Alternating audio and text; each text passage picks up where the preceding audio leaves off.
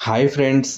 ఇప్పుడు మనం చూస్తున్న ఈ ప్రాజెక్టు షాద్‌నగర్‌కి దగ్గరలో బెంగుళూరు హైవేలో చాలా అద్భుతమైన ప్రాజెక్ట్ అండి.